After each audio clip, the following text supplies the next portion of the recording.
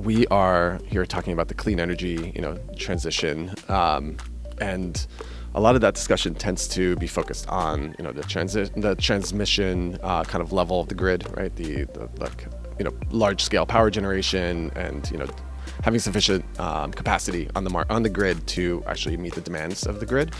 Once you get down to the urban scale, now we're at the distribution grid scale, the dynamics starts to shift a little bit. At the Philadelphia Energy Authority, we're thinking about that in a couple of ways. One, we're thinking about, how do we reduce demand on the one side, right? So how do we have, our buildings, our, transportation, just kind of our infrastructure in general operate more efficiently so that we need less energy. And on the other hand, on the other side of this equation is, how can we produce energy locally so that we're also meeting that demand and really at that local grid scale.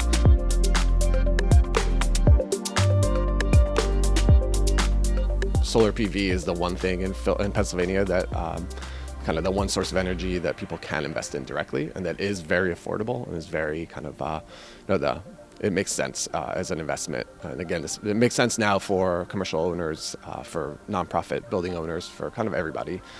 So a lot of our effort is to help people understand that opportunity, help them make those investments themselves, and also kind of take advantage of all the different programs that are available to them to invest in their properties to reduce that energy consumption, weatherize, invest in better HVAC systems, etc.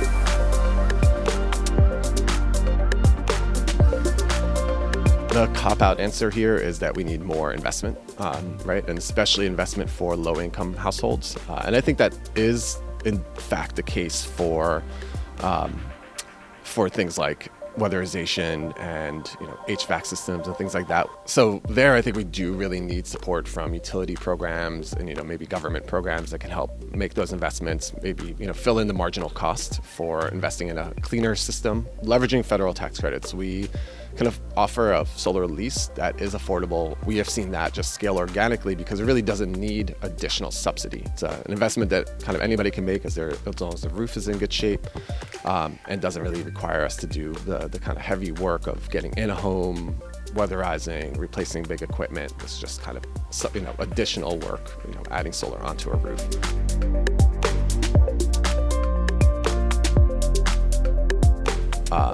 On the solar side of things, we have great partnerships with solar installers and especially lease providers where very little kind of input from us, basically buying solar renewable energy credits as just a cash stream for them is enough to help them enter the market and support low-income households to go solar. We're seeing 1,000 plus leases a year in Philadelphia, and that's just growing, and 75% of that is in low-income households.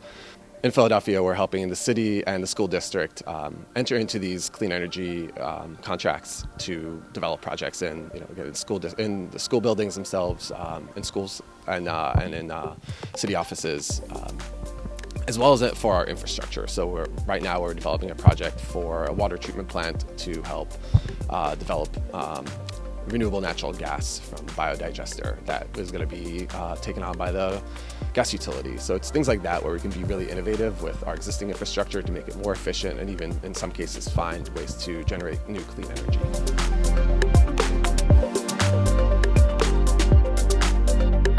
One is how is the federal government's sort of shift in priorities to kind of, I guess, a bit of a push for more, fossil fuel-based generation, less support necessarily for clean energy sources like wind and solar and potentially even nuclear.